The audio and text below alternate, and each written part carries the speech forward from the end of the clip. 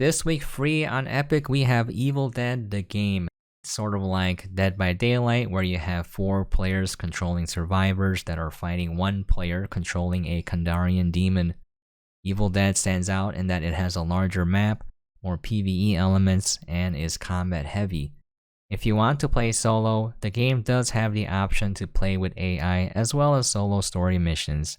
Just a little bit of a heads up, but the story missions are a bit on the bare bones side. They're essentially fetch quests on the same maps, but it does give you something extra to do and unlock some collectibles.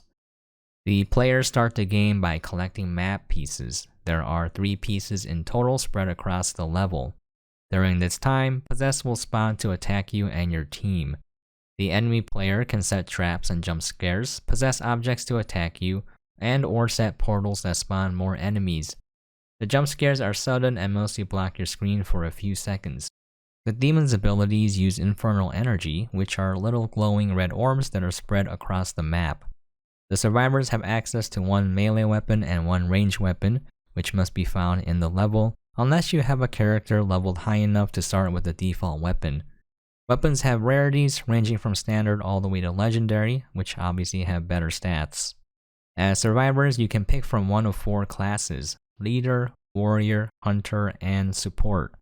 Each class has multiple characters, each with their own abilities. Leaders usually have auras that support the team.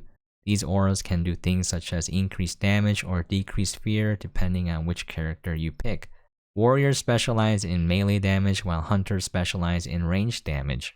Lastly, the support players help the team by healing their health, armor, and or decreasing their fear levels. Fear is constantly rising and you can lower it by finding a source of light and igniting it via matches.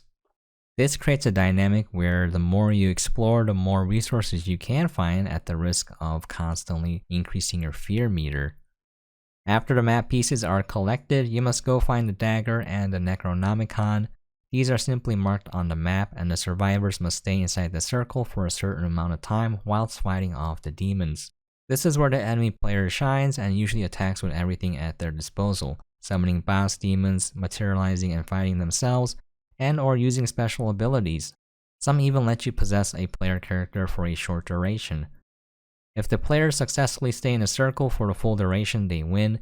It is quite difficult to pull this off against an experienced Kandarian demon player, so don't be discouraged if you lose. The game was about a 14GB download, and it takes up roughly 14GB on my hard drive as well. It seems to run fairly well at high settings. For reference, I have a 3700X for my CPU and a 2070 Super for my GPU. The game does require you to give permission to access to your basic Epic profile upon starting it. If you don't, it seems to run into some issues.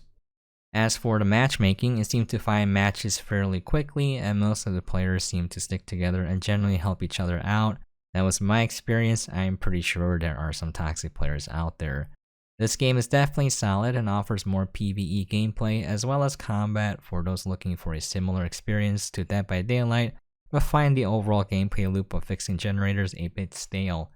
I think it's definitely worth checking out if you like PvE co-op games that are in the horror suspense genre. By the way, the demon can possess the car and drive it around. It is pretty silly.